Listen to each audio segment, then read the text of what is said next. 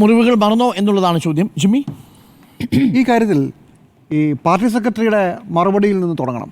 അദ്ദേഹം പറഞ്ഞു കോടതി കുറ്റവിമുക്തനാക്കിയ ഒരാളാണ്. കോടതി കുറ്റവിമുക്തനാക്കിയ ഒരാളാണെങ്കിൽ പിന്നെ എന്താണ് പ്രശ്നം? അപ്പം അതേ നാണയത്തിൽ തിരിച്ചൊരു ചോദ്യം. ടി പി ചന്ദ്രശേഖരൻ കേസിലെ പ്രതി കുഞ്ഞനന്ദൻ, അയാൾ കുറ്റവാളിയാണെന്ന് കോടതി പറഞ്ഞിട്ടുണ്ട്. അപ്പോൾ കുറ്റവാളിയാണോ അല്ലയോ? ടി പി ചന്ദ്രശേഖരൻ വധക്കേസ് CPM കൈയൊഴിഞ്ഞ കേസാണ്, ഞങ്ങൾക്കതിൽ ബന്ധമില്ലെന്ന് പറഞ്ഞാണ്.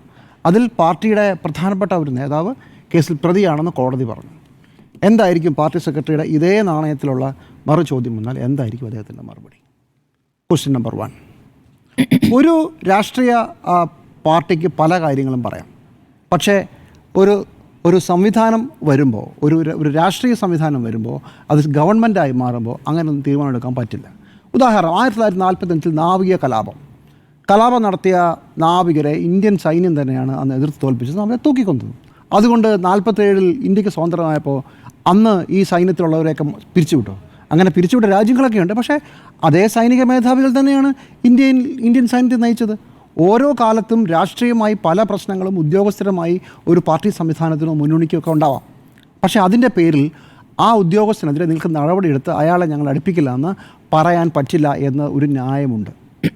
അത് ഈ സർക്കാരിന് അനുകൂലമായിട്ട് കൂടിയാണ് ഞാൻ പറയുന്നത്. നേരത്തെ ഞാൻ പറഞ്ഞു, പാർട്ടി സെക്രട്ടറി പറഞ്ഞത് ഒരു മുട്ടാപ്പോക്ക് ന്യായമാണ്. കോടതി കുറ്റമുക്തനാക്കിയെന്ന് പറയുന്നത് അതൊരു മുട്ടാപ്പോക്ക് ന്യായം. പക്ഷേ ഒരു സർക്കാർ സംവിധാനത്തിന് ചില കാര്യങ്ങൾ ചെയ്തേ പറ്റൂ. ഇയാളെ ഞങ്ങൾക്ക് ഇഷ്ടമല്ല, ഇയാൾ പണ്ട് ഞങ്ങളെ തല്ലിയ ആളാണെങ്കിൽ കേസുണ്ടോ? ആ കേസ് ഇപ്പോൾ എവിടം വരെയായി? അയാളെ ശിക്ഷിക്കപ്പെട്ടിട്ടുണ്ടോ? അയാൾക്കെതിരെ അച്ചടക്ക നടപടിയുണ്ടോ? ഇതൊന്നുമില്ലല്ലോ. അപ്പോൾ പിന്നെ സർക്കാരിന് അങ്ങനെ ഒരു ന്യായം പറയാൻ ഒരു കാര്യവുമില്ല. അതുകൊണ്ടാണ് രവട ചന്ദ്രശേഖറിൻ്റെ കാര്യത്തിൽ അതിനുശേഷം പല പല പല പദവികളും രവട ചന്ദ്രശേഖറിന് കിട്ടിയിട്ടുണ്ട്. അത് കൊടുക്കാനേ പറ്റൂ, അല്ലാതെ അതിൻ്റെ പേരിൽ വേറെ ന്യായമൊന്നും പറയാൻ പറ്റില്ല. പക്ഷേ ഇവിടെ സർക്കാരിനൊരു ചോയ്സ് ഉണ്ട്. 3 പേരെയാണ് ഈ അവസാനം കേന്ദ്രത്തിൽ നിന്ന് പേരയച്ചു വരുന്നത്. 1 നിതിൻ അഗർവാളാണ്, 2 രവട ചന്ദ്രശേഖറാണ്, 3 യോഗേഷ് ഗുപ്തയാണ്. എങ്ങനെയാണോ രവട ചന്ദ്രശേഖരന് CPMമായി തർക്കമുള്ളത്, പ്രശ്നമുള്ളത്, കൂത്തുപറമ്പ് കേസിലെ CPMൻ്റെ ഏറ്റവും വലിയ നോട്ടപ്പുള്ളിയായത്, അതേ കാലത്ത് തന്നെ നിതിൻ അഗർവാൾ കൂത്തുപറമ്പിലെ പാർട്ടി നേതാവിനെ സ്റ്റേഷനകത്ത് വെച്ച് തല്ലി, കസ്റ്റഡി മർദ്ദനമാണ്. അതിൻ്റെ പേരിൽ CPM കുറേ കാലം ഇയാൾക്കെതിരെ കേസ് കൊടുത്താണ്. അവിടെയും അയാൾ ഊരിപ്പോയി. അപ്പോൾ ഈ 2 പേരോടും പ്രശ്നമുണ്ട്. അങ്ങനെയാണെങ്കിൽ യു ഹാവ് എ ചോയ്സ്. 3 പേരാണ്. ഇപ്പോൾ യോഗേഷ് ഗുപ്തയ്ക്ക് അല്ലെങ്കിൽ രവട ചന്ദ്രശേഖറിന് അല്ലെങ്കിൽ നിതിൻ അഗർവാളിന് ഓരോരോ പദവികൾ നിങ്ങൾക്ക് തടയാൻ പറ്റില്ല. പക്ഷേ DGP ആയി വരുമ്പോൾ നിങ്ങൾക്ക് 3 പേരുണ്ട്. 3 പേർക്കും ഓരോരോ പ്രശ്നങ്ങളുണ്ട് എന്നാണ് ഇന്നും P. ജയരാജൻ എടുത്ത് പറഞ്ഞത്. അപ്പോൾ എന്തുകൊണ്ട് യോഗേഷ് ഗുപ്തയെ എടുത്തില്ല എന്നാണ് അദ്ദേഹം പറയാതെ പറഞ്ഞ ഒരു ചർച്ച. യോഗേഷ് ഗുപ്തയ്ക്ക് എന്താണ് പ്രശ്നം? നമുക്ക് ഒരു 3 മാസം മുമ്പത്തെ സംസ്ഥാന സർക്കാരിൻ്റെ വിചിത്രമായൊരു ഉത്തരവ് നോക്കാം.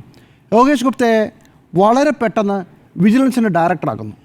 എന്നിട്ട് ആ ഉത്തരവ് വന്ന് ഏതാനും ദിവസങ്ങൾക്കുള്ളിൽ പെട്ടെന്ന് ആ ഉത്തരവ് മരവിപ്പിച്ചിട്ട് അദ്ദേഹം ഫയർ ഡിപ്പാർട്ട്മെൻറ്റിലേക്ക് പോവുകയാണ്. എന്തായിരുന്നു കാര്യം? മുഖ്യമന്ത്രിയുടെ വളരെ വേണ്ടപ്പെട്ട KM എബ്രഹാമിനെതിരെയുള്ള കേസിൽ അദ്ദേഹത്തിൻ്റെ പേഴ്സണൽ ഫയലുകൾ, അതിൻ്റെ കോപ്പികൾ CBIക്ക് എടുത്തു കൊടുത്തു എന്നുള്ളതായിരുന്നു കുറ്റം. അത് അന്തഃപുരങ്ങളിലൊക്കെ വാർത്തയായി കറങ്ങി നടന്നതാണ്. അങ്ങനെ സർക്കാരിന് വിശ്വസിക്കാൻ പറ്റാത്ത ഒരാളെ, അല്ലെങ്കിൽ സർക്കാരിൻ്റെ ഇഷ്ടപ്പെട്ട ആളുകൾക്കെതിരെ നടപടിയെടുത്ത ഒരാളെ എങ്ങനെ ഞങ്ങൾ വിശ്വസിക്കും എന്നതാണ് യോഗേഷ് ഗുപ്ത തട്ടിപ്പോകാനുള്ള കാരണം.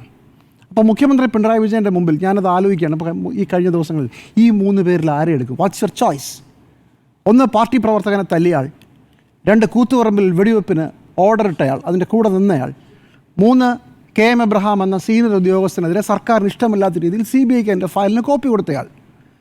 മുഖ്യമന്ത്രി ഒരു ചോയ്സ് എടുത്തു. ആ ചോയ്സ് ശരിയോ തെറ്റോ എന്നുള്ളതാണ് ഇന്ന് P. ജയരാജൻ ചോദിച്ച ചോദ്യത്തിൻ്റെ ക്രച്ച്.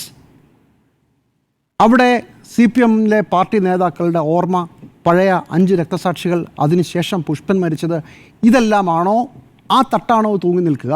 അതോ KM എബ്രഹാമിൻ്റെ ഫയൽ എടുത്ത് കൊടുത്ത ഏറ്റവും അവസാനത്തെ സംഭവമാണോ? ഒരു സംസ്ഥാന സർക്കാർ ഒരു ഭരണം നടത്തുമ്പോൾ പല കാര്യങ്ങളും ഇതിനകത്ത് നോക്കേണ്ടി വരും. 10-30 വർഷം മുമ്പ് നടന്ന ഒരു സംഭവത്തിൻ്റെ ഓർമ്മകളുമായി, നേരത്തെ സ്മൃതി പറഞ്ഞതുപോലെ പുഷ്പനെ അറിയാമോ എന്ന് പാട്ട് പാടുകയും ഈ വിഷയം വളരെ ശക്തമായി കൊണ്ടു നടക്കുകയും ചെയ്തു എന്നതുകൊണ്ട് ഇയാളെ നമ്മൾ ഒഴിവാക്കണോ? അതോ സർക്കാരിന് ഇഷ്ടമില്ലാത്ത കാര്യം ചെയ്ത ആളെ ഒഴിവാക്കണോ? ഈ ചോയ്സിൽ അവസാനം രവട ചന്ദ്രശേഖറിലേക്കാണ് അവർ എത്തുന്നത്. പക്ഷേ ഈ ഓർമ്മകൾ ആർക്കൊക്കെയാണ് ഇല്ലാതെ പോയതെന്ന് ഓർത്ത് നോക്കൂ. ഇന്ന് ഇത് സംസാരിച്ച് വിശദമായി പറഞ്ഞ പി ജയരാജൻ ഇതൊരു രാഷ്ട്രീയ വിഷയമായി തന്നെ ഉന്നയിച്ചു. അല്ലെങ്കിൽ അതിലൊന്നും ഒരു കാര്യമില്ല, അതൊക്കെ സർക്കാർ തീരുമാനിച്ചെന്ന് പറയുന്നതിന് പകരം ഈ കഥ മുഴുവൻ വിശദീകരിച്ച് നമുക്കെല്ലാം ഓർമ്മയില്ലാത്ത കാര്യങ്ങളോട് ഓർമ്മിപ്പിക്കുകയാണ് ചെയ്തത്. ഇതേ പി ജയരാജനല്ലേ കൂത്തുപറമ്പ് ഈ വെടിവെപ്പിൻ്റെ പശ്ചാത്തലം എന്തായിരുന്നു കൂടെ അദ്ദേഹത്തിന് ഓർമ്മയുണ്ടാവുമല്ലോ. ഇത് കേരളത്തിൽ സ്വാശ്രയ കോളേജുകൾക്കെതിരെ സമരം നടന്ന ഒരു കാലത്ത് മന്ത്രിമാരെ വഴിയിൽ തടഞ്ഞ സംഭവത്തിൻ്റെ പശ്ചാത്തലത്തിലുണ്ടായ വെടിവെപ്പാണ്. എന്തായിരുന്നു സമരം? സ്വാശ്രയ കോളേജുകൾക്കെതിരെയായിരുന്നു. ഏതായിരുന്നു ആ കോളേജ്? പരിയാരം മെഡിക്കൽ കോളേജായിരുന്നു. സഹകരണ മേഖലയിൽ വന്ന മെഡിക്കൽ കോളേജ് അതായിരുന്നു. സ്വാശ്രയ മേഖലയിൽ വന്ന ആദ്യത്തെ മെഡിക്കൽ കോളേജ് എന്നാണ് എൻ്റെ ഓർമ്മ. പിന്നീട് അന്ന് എനിക്ക് ഓർമ്മ, ഞാൻ കോളേജ് പഠിക്കുന്ന കാലമാണ്. പരിയാരത്തൊരു കോളേജ്, കോഴ മെഡിക്കൽ കോളേജ് എന്ന് പറഞ്ഞു തുടങ്ങുന്ന മുദ്രാവാക്യം. അതേ പരിയാരം മെഡിക്കൽ കോളേജിൻ്റെ ഭരണസമിതിക്ക് വേണ്ടി മത്സരിക്കുകയും ആ പരിയാരം മെഡിക്കൽ കോളേജിൻ്റെ ഭരണം CPMൻ്റെ കയ്യിലേക്ക് വരികയും ചെയ്തു. എന്നിട്ട് ആളുകളെയൊക്കെ തിരികെ കയറ്റി എന്ന് പറഞ്ഞ ഈ കോളേജ് കുറേ കാലം CPMൻ്റെ കയ്യിലായിരുന്നു. ഇത് എങ്ങനെയെങ്കിലും അവസാനം വെച്ചൊഴിയേണ്ട ഒരു അവസ്ഥ വന്നിട്ട് ഏറ്റവും അവസാനം ഇത് എങ്ങനെയെങ്കിലും സർക്കാരിൻ്റെ കയ്യിലേക്ക് കൊടുക്കാൻ പറ്റും. ഇപ്പോഴും അത് പൂർണ്ണമായും സർക്കാരിൻ്റെ കയ്യിലേക്ക് ആയിട്ടില്ല എന്നാണ് ഞാൻ മനസ്സിലാക്കുന്നത്. കളമശ്ശേരി മെഡിക്കൽ കോളേജും അങ്ങനെ തന്നെയാണെന്ന് ഞാൻ വിചാരിക്കുന്നത്. അപ്പോൾ എന്നിട്ട് പിന്നെ ഈ സ്വാശ്രയ മെഡിക്കൽ കോളേജ്, സ്വാശ്രയ എഞ്ചിനീയറിംഗ് കോളേജ് സമരം എന്തായി? പിന്നെ വന്ന ഇടതു സർക്കാരുകൾ എന്താണ് ചെയ്തത്? ഇത് മറന്നുപോയോ? ഇതേ പി ജയരാജൻ ജില്ലാ സെക്രട്ടറി ആയിരിക്കുന്ന കാലത്തും പാർട്ടിയിൽ പ്രധാനിയായിരിക്കുന്ന, ഇപ്പോഴും അദ്ദേഹം പ്രധാനിയല്ലെന്നല്ല, പക്ഷേ പ്രധാനിയായിരിക്കുന്ന കാലത്തല്ലേ ഈ കൂത്തുപറമ്പ് വെടിവെപ്പിൻ്റെ കേന്ദ്ര ബിന്ദുവായ MV രാഘവൻ പാർട്ടിയിലേക്ക് വന്നത്? അപ്പോൾ ഈ പ്രശ്നമില്ലേ? രമണ ചന്ദ്രശേഖർ എന്ന ജൂനിയർ IPS ഉദ്യോഗസ്ഥനെതിരെ ഇപ്പോൾ ബഹളം വയ്ക്കുന്നവർക്ക് ഇതൊരു ഓർമ്മയായിട്ട് തോന്നിയില്ലേ? ഏറ്റവും അവസാനം MV രാഘവൻ പാർട്ടിയിലേക്ക് എത്തിയില്ല എന്നൊരു ഘട്ടം വരെ എത്തുമ്പോഴാണ് അദ്ദേഹത്തിൻ്റെ മകൻ പാർട്ടി ചിഹ്നത്തിൽ മത്സരിക്കുന്നത്. അത് പ്രശ്നമല്ലേ? അപ്പോൾ ഓർമ്മകൾ ആർക്കൊക്കെയാണ് ഇല്ലാതാവുന്നത്? ഇതൊരു രാഷ്ട്രീയ വിഷയമായി ഇപ്പോൾ ഉന്നയിക്കുന്നു, പാർട്ടിയിലെ അണികളെ ഇൻസ്റ്റിഗേറ്റ് ചെയ്യുന്നു, അതൊക്കെ ശരി. പക്ഷേ നിങ്ങൾ ഓർമ്മിക്കേണ്ട പല കാര്യങ്ങളും എത്രയോ വർഷമായി മറന്നുപോയി. കൂത്തുപറമ്പ് വെടിവെപ്പിന് കാരണക്കാരനായ MV രാഘവനെ നിങ്ങൾ മറന്നു. സ്വാശ്രയ കോളേജ് സമരം നിങ്ങൾ മറന്നു.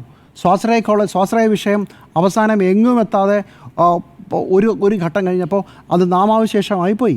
ഇപ്പോൾ സ്വാശ്രയ കോളേജുകൾ പുല്ലുപോലെ നടക്കുന്നുണ്ട്. ഇടത് സർക്കാർ തന്നെ സ്വാശ്രയ കോളേജുകൾ അനുവദിക്കുന്നുണ്ട്. അവസാനം നിയമം കൊണ്ടുവന്നു. ഇപ്പോൾ ആ സ്വാശ്രയ കോളേജ് നിങ്ങൾക്ക് തൊടാൻ പറ്റാത്ത അവസ്ഥയിൽ അത് വേറൊരു അവസ്ഥയിലേക്ക് പോവുകയുമാണ്. KM മാണിക്കെതിരെ കേരളത്തിൽ എത്ര വലിയ സമരമാണ് നടത്തിയത്. ഒരു ബജറ്റ് തന്നെ തടസ്സപ്പെട്ടു. അത് കഴിഞ്ഞ് KM മാണിയുടെ പാർട്ടിയെ അടുത്ത തവണ ഒരു മടിയില്ലാതെന്നല്ലോ. അപ്പോൾ അദ്ദേഹം പി ജയരാജൻ ചോദിച്ച ചോദ്യത്തിലേക്ക് ഞാൻ തിരിച്ചു വരികയാണ്. ഇതൊരു രാഷ്ട്രീയ തീരുമാനം അല്ല, ഇതൊരു ഭരണപരമായ തീരുമാനമാണ് എന്നാണ് അദ്ദേഹം പറഞ്ഞത്. അതിൽ അദ്ദേഹം ഒരു കൃത്യമായൊരു മുനയുണ്ട്. ഒരു രാഷ്ട്രീയ പാർട്ടിക്ക്, ഒരു CPM പോലെയുള്ള രാഷ്ട്രീയ പാർട്ടി സർക്കാരിലേക്ക് വരുമ്പോൾ രാഷ്ട്രീയ തീരുമാനങ്ങളാണ് അവരുടെ ഭരണത്തിലും പ്രതിഫലിക്കേണ്ടത് എന്നാണ് അദ്ദേഹം ഉദ്ദേശിക്കുന്നത്. അങ്ങനെയാണെങ്കിൽ നിങ്ങളെടുത്ത KM മാണിയുടെ അടക്കം, സ്വാശ്രയ കോളേജ് അടക്കം, MV രാഘവൻ്റെ അടക്കം, അതെല്ലാം വളരെ വ്യക്തമായ രാഷ്ട്രീയ തീരുമാനങ്ങളായിരുന്നല്ലോ. അപ്പോൾ ഓർമ്മകൾ എല്ലാവർക്കും വേണം. ആവശ്യാനുസരണം ഉപയോഗിക്കാനുള്ളതല്ല ഓർമ്മ എന്ന ആയുധം. ഇതാണ് എൻ്റെ ടേക്ക്.